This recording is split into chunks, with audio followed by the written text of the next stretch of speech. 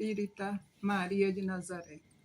É um prazer e uma grata satisfação estar nesse canal de amor, um canal que nos une com a palavra do Evangelho, nos trazendo reflexões positivas de como estamos, como podemos estar, na companhia de Deus, da Mãe Maria e de Jesus, nesse mês de maio, dedicado às mães. Nós que sabemos que as mães são homenageadas em todos os meses, mas nesse em particular, uma simbologia muito linda e muito gratificante sobre a Mãe Maria, essa que nos cobre com teu manto sagrado de luz.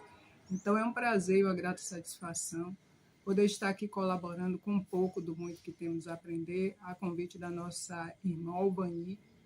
E já iniciamos rogando a Jesus, a Mãe Maria, a espiritualidade amiga, que nos permita pensar e vibrar com as palavras do Evangelho. O Evangelho que liberta, que ajuda e que protege, e que nos conduz sempre na seara do bem, da paz e do amor. Sê conosco, Jesus, hoje e sempre. A proposta do canal no dia de hoje é para que possamos falar sobre as mães atípicas e o contexto em que elas se inserem no Evangelho e nos planos de Deus. Nós sabemos que essa é uma tarefa por demais desafiadora. Viver uma questão de ter um filho com uma questão neurodivergente, viver uma situação de desequilíbrio psíquico e de toda a natureza, inclusive sensorial, é muito difícil. Entretanto, essas mães são convocadas diariamente a entender os planos de Deus nas suas vidas. Dizer que somos desafiados a pensar na misericórdia de Deus quando essas mães se encontram frente a frente com um filho TEA, com um filho TDAH, com um filho numa situação em que o cognitivo tem um funcionamento muito particular. Não é à toa que muitos deles, são vistos e ditos como aqueles que estão no mundo singular. O que é isso? Um mundo muito particular. Um mundo onde as ideias e o estar neste mundo é muito diferente. Um mundo desafiador, nos quais essas mães estão inseridas para compreender o seu papel, para elaborar diante das dificuldades, para vencer os muitos desafios diários. O Evangelho vem nos propor a reflexão do nosso papel enquanto ser num contexto de provas muito grandes. Nós sabemos, por exemplo, que uma mãe de uma criança TEA, de um adolescente, de um jovem TEA, ela vai precisar se debruçar sobre essa questão de uma maneira muito sensível e de uma maneira muito particular para entender que é uma expiação. E qual a diferença da prova e da expiação? A prova, nós podemos vivenciá-la e podemos, em algum momento, mudar, dependendo do contexto. Há provas que podem ser revertidas. A expiação é uma prova por todo o tempo. Entretanto, nós podemos ressignificar essa prova. Nós podemos rever em que contexto ela está. Porque é um chamado, meus amigos. É um chamado nas nossas questões particulares do egoísmo, da vaidade, dos vícios morais. Com isso, nós estamos dizendo que é um castigo? Não. Porque onde estaria a misericórdia de Deus se escolhesse Raimunda para viver no mar de rosas e outros companheiros para viver os espinhos? Mas é o momento para que nós possamos enxergar como estamos no mundo. Mães atípicas que são desafiadas diariamente com uma sociedade que é preconceituosa, são desafiadas a enfrentar filas e as mais diferentes situações para conseguir brigar e ter direitos respeitados. Mães atípicas que precisam diariamente dizer: eu existo, eu preciso ser respeitada, eu preciso ser vista como qualquer outra mãe que vivencia dores e aflições. Mães atípicas que são empreendedoras, empreendedoras do sorriso, empreendedoras da paz, empreendedoras da dor. Sim, você empreende na dor de que maneira? Vivenciando a dor, enfrentando-a e buscando a solução. Fácil não, mas desafiador. Quantas mães, a partir de experiências como essas, se debruçam para brigar por direitos de outras mães?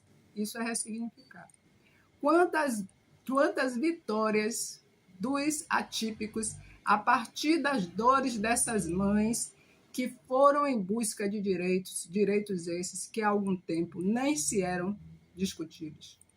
O Evangelho, meus amigos, o Evangelho que liberta, o Evangelho que é leme, o Evangelho que oportuniza essas mães encontrarem respostas. E onde é que nós vamos encontrar respostas? Em Jesus. O grande pedagogo por excelência, o grande terapeuta de almas, porque quando esse mestre dos mestres vem nos falar do amor, vem nos falar do perdão, vem nos falar das tantas lições contidas no Evangelho, é para nos dizer que nós não estamos só. Que diante de uma aflição há um consolo, como prevê o capítulo 5 do Evangelho segundo o Espiritismo. Bem-aventurados os aflitos, porque serão consolados. Que diante de uma dor profunda, há uma mão amiga que consola.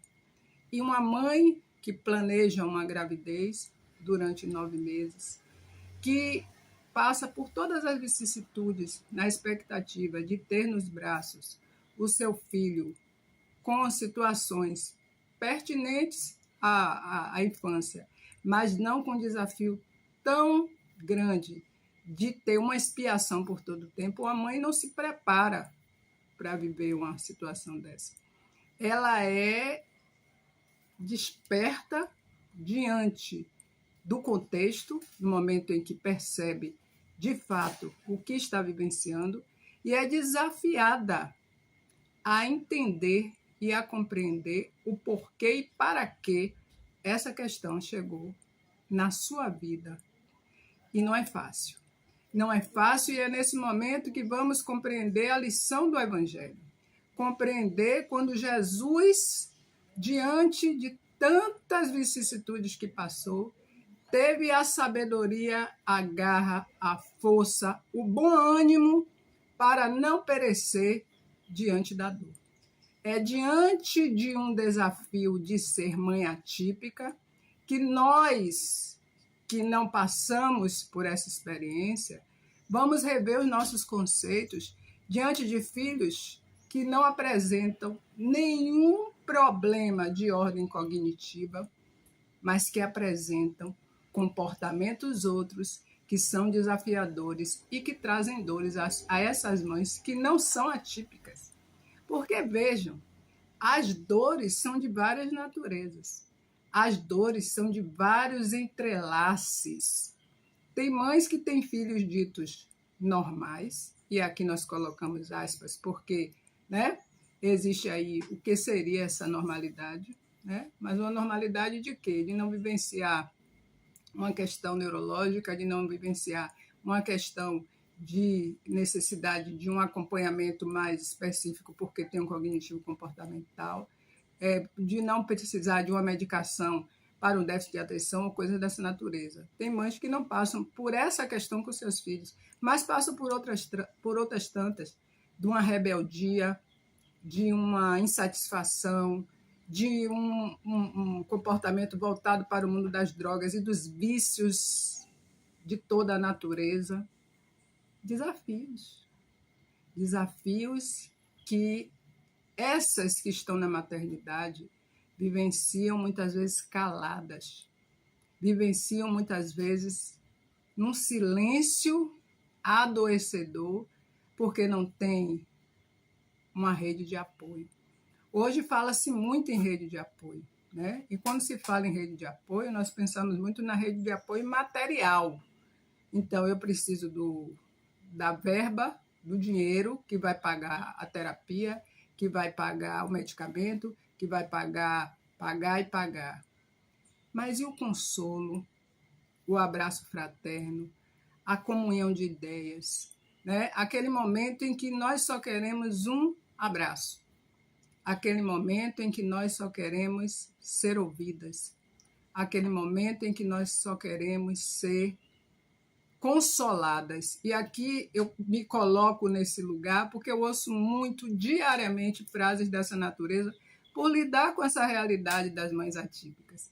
E aqui eu repeti frases onde eu ouço diariamente de muitas que dizem: eu não gostaria de ter ninguém na minha casa diariamente, eu não gostaria de ter ninguém carregando meu filho diariamente, eu queria apenas um olhar de compreensão. No momento em que o menino tem um comportamento que não é padronizado, que não é aquele comportamento da criança quietinha, que tudo diz ok, tudo bem, né? É aquele comportamento atípico. Eu gostaria que alguém olhasse para meu filho e dissesse assim: é uma criança com dificuldades, mas é uma criança, né? Então nós ouvimos muito isso. E quem pode nos dizer de coração aberto diariamente essa frase verdadeiramente de compreensão? Jesus. Por que ele pode nos dizer? Porque é modelo e guia. Porque é aquele que tem a condição de compreender a alma humana. O Evangelho é o grande elemento libertador dos nossos padrões da alma. Por isso nós precisamos fazer a evangelioterapia, a terapia com Jesus, a terapia do amor, a terapia da libertação, a terapia do estar com alguém, do querer abraçar, do querer ouvir, do querer consolar, porque esse é Jesus nas nossas vidas. E quando eu falo no presente, é porque Jesus vive. Muitas vezes nós falamos assim, é porque Jesus fazia, Jesus faz. O Evangelho é vivo, o Evangelho é atemporal. Todas as mensagens que estão no Evangelho, embora ele tenha sido publicado no século XIX, a partir dos registros, né? Kardec vai fazer compilar todas aquelas informações, e nós vamos ter ali os registros dos 4 evangelistas, Mateus, Marcos, Lucas e João. Desses, só quem não conviveu com Jesus foi Lucas. O Evangelho de Lucas é todo baseado nos relatos de Maria, porque Lucas conhece Paulo de Tarso. Ao conhecer Paulo de Tarso e Paulo de Tarso fazer para ele assim um relato, né, da vida de Jesus, ele se encanta e quer entender melhor. Então ele vai procurar Maria, mãe de Jesus, e ela vai lhe fazer relatos de como seu filho esteve quando por aqui passou, das lições deixadas por ele. Então o Evangelho de Lucas é baseado nos relatos de Maria. O Evangelho de Marcos é baseado muito... Marcos conheceu Jesus, mas os relatos são muito mais de Simão Pedro. Os relatos de João, que é o mais novo evangelista, foi aquele que Jesus, inclusive, deu a responsabilidade de cuidar de sua mãe, porque no momento da crucificação ele vai dizer: mulher, eis aí teu filho, filho, eis aí tua mãe. E João, né, vai cuidar de Maria, os dois vão fazer um trabalho muito bonito na Casa do Caminho. E Mateus, que é o evangelista que mais esteve com Jesus, né? E Mateus, que era o Levi, que era um dos intelectuais da época, do grupo, era um dos mais bem letrados. E Mateus tem muitos relatos dele com Jesus. O evangelho é feito por esses 4 evangelistas. São registros de quem ouviu, né? Por isso que também nós precisamos ter cuidado, porque houveram várias traduções. Mas, assim, no geral, o que está no Evangelho são as lições de Jesus deixadas para nós, traduzidas por esses. Então, Jesus, que é misericordioso, que foi um filho amado por sua mãe e que correspondeu a esse amor, embora teve uma missão muito grande, porque veio para evangelizar, para sair, não foi para ficar né, nos muros fechados, e sua mãe sabia que ele seria alguém cuja palavra seria libertadora, mas que teria muito sofrimento, muita incompreensão, muita falta de respeito do homem por ele, mesmo assim não ia perecer a sua ideia, não iria perecer a sua vontade de amar e de pregar o amor, mas mesmo assim, sua mãe, sabendo de todo o processo que ele iria passar, ela respeitou tudo, porque ela foi escolhida por Deus, pela inteligência suprema, conforme prevê a primeira questão do Livro dos Espíritos, que é Deus, inteligência suprema, causa primeira de todas as coisas. Jesus é escolhido por essa inteligência suprema para ser o grande evangelizador da humanidade. E esse Jesus vem dar o consolo para essas mães de filhos atípicos. Essas mães que empreendem diariamente, dioturnamente, porque algumas não dormem diante das crises de seus filhos, diante da necessidade de pegar filas quilométricas para conseguir uma medicação, para conseguir uma terapia. Essas mães são lutadoras diárias que não fogem à luta, embora fiquem muito cansadas, né? Na última semana eu conversava com uma que estava com hematomas no braço, uma jovem mãe de um filho de 6 anos, que estava com hematomas no braço, muito cansada, de mais de uma noite sem dormir. E eu perguntava para ela assim, o que foi, quais foram aquelas situações ali no braço, embora eu já tivesse uma ideia. E ela me disse, um menino em crise. Mas o olhar dela era um olhar, ao mesmo tempo, de cansaço, de tristeza diante da impotência, né, para resolver muitas questões, inclusive porque a criança está sem medicação, mas, ao mesmo tempo, a criança passou assim correndo e ela foi correndo e carregou, né, porque ele fugiu da mão da professora para ir para um outro espaço, ela foi correndo, disse, licença aqui, e carregou o menino assim com todo aquele amor e todo aquele carinho para devolver para a professora, para continuar na sala, no trabalho que estava sendo desenvolvido e que ele tinha saído correndo. É assim, é aquele amor incondicional, né? Como Jesus, o amor ágape. Esse é o amor de mãe, que, como já fora dito certa vez, que o amor, certa vez eu ouvi no Divaldo Franco fazendo uma palestra, e ele colocou, né, que o amor que mais se aproximava do amor o nosso amor por Deus, né, do amor de Deus por nós, o amor que mais se aproximava era o amor de uma mãe pelo filho. Para uma mãe não existe dificuldade em velar a cabeceira de um filho diante de uma doença, ela passa a noite toda ali, né, ajudando, querendo cuidar. Para uma mãe não existe dificuldade diante de pedidos que esses filhos fazem, por mais difíceis que sejam de ser atendidos, de tentar buscar ajudá-los. Uma mãe é sempre mãe, em qualquer tempo, né?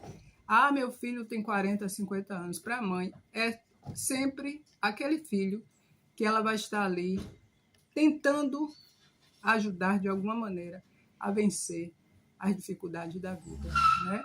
E pensemos numa mãe atípica, uma mãe que tem as limitações empreendidas dentro do contexto de seu filho e mais, além das limitações trazidas por seu filho do ponto de vista cognitivo, comportamental, ela muitas vezes tem as limitações da matéria para poder ajudar esse filho da melhor maneira a ter qualidade de vida. Então, vejam que o que vai sustentar essas mães é a palavra de Deus. É a fé que remove montanhas. Porque quando ela resolve ir em busca da solução, ela vai primeiro buscando esse cerne. Falo isso porque ouço relatos diários de mães que dizem: não fosse Deus na minha vida para dar conta de tantas situações, eu não sei onde eu estaria ou o que eu estaria fazendo. Então vejam, a fé que remove montanhas, conforme nos traz o próprio Evangelho também, né? Mães que verbalizam essa questão, muitas vezes sem nem ter o conhecimento e o entendimento de que estão dizendo isso, que a fé remove montanhas. Elas nos dizem isso de uma outra maneira, mas nas ações, nas atitudes, no fazer diário, no conviver com muitas questões, elas estão trazendo essa situação. Então, vejamos, meu amigo, a lição do Evangelho é perene. A lição do Evangelho é maravilhosa, porque ela vem fortalecer laços. Ela vem dizer que não existem barreiras, não existem pontes, não existem abismos que não possam ser ultrapassados. Existem pontes que interligam. Essa é a lição do Evangelho. Para essas mães atípicas, que no mês de maio, que no Dia das Mães, que se comemora nesse mês, embora seja uma data comercial, nós sabemos que tem todo o emblema do comércio, da venda de produtos e tantas outras questões, mas é uma data significativa que vem nos reportar para as memórias, né? Para as lembranças daqueles cujas mães já não estão mais próximos do ponto de vista de poder abraçar, mas estão vivas nas nossas memórias, né? Essa data é uma data que reporta a muitas questões. Então, o Dia das Mães, segundo domingo de maio. Mas, para além disso, né, aquelas mães que tanto laboram no bem, que diante dos seus filhos atípicos, lutam para que outras mães atípicas tenham direitos respeitados. Que diante de portas fechadas diariamente, porque elas recebem muito, né? Mães solo, inclusive, porque a maioria das que eu conheço são mães solo, que levantam às 5 da manhã para buscar as terapias de seus filhos nas filas quilométricas do sistema de saúde, batendo em portas, pedindo a um, pedindo a outro, mas que não desistem. Mães de filhos atípicos, mães TEA de trigêmeos. Falava sobre isso essa semana em uma casa irmã, em uma preleção doutrinária. Conheço, convivo, trabalho. Pensemos bem aí. 3 filhos TEA, de suporte 2 e 3. Não que o 1 não seja também uma situação, mas o 1 é aquele autismo que antigamente se falava, né? A nomenclatura era grau leve. Hoje, na codificação da questão da saúde mental, nós vamos ter os suportes, os ditos suportes. Então, TEA, transtorno do espectro autista. Esse espectro é o antigo grau, que hoje nós vamos dizer nível de suporte 1, era o antigo grau 1, o autismo dito leve. Nível de suporte 2, o antigo grau moderado. Nível de suporte 3, o antigo grau severo. Independente de grau, independente de nomenclatura politicamente correta, é o vivenciar o grande desafio de ser mãe diante de uma situação que é uma expiação, que o quadro não vai mudar, ele continuará sendo TEA, mas a perspectiva de ressignificar a vida desses filhos dando qualidade, dando a educação, né? A pedagogia entrando como um elemento norteador de muitas questões, e aí nós vamos pensar no grande pedagogo da história, que é Jesus. A terapia ocupacional, o grande terapeuta, que é Jesus. O abraço fraterno na socialização com o meio que ele precisa estar para se desenvolver. E aí entramos nós, quebrando paradigmas, saindo desse lugar de preconceito que nos revestimos para não pensar na possibilidade de viver uma situação dessa. Porque nenhum de nós está isento de ter um filho atípico, de ter um sobrinho, de ter alguém no nosso meio familiar com essa característica. Vamos pensar, meus amigos, em que contexto estamos, o que queremos, o que estamos fazendo nesse mundo de provas e expiações, caminhando para a regeneração. E aí a gente faz aqui um recorte, porque se fala muito em mundo de regeneração, mas não será a configuração geográfica do mundo que vai mudar as relações. Seremos nós que precisamos mudar os nossos comportamentos egóicos, os nossos comportamentos onde o egoísmo, grande chaga da humanidade, previsto no Evangelho segundo o Espiritismo como vício moral, ainda reina nas nossas relações. Somos nós que precisamos ter a capacidade de enxergar o outro e ter a compaixão.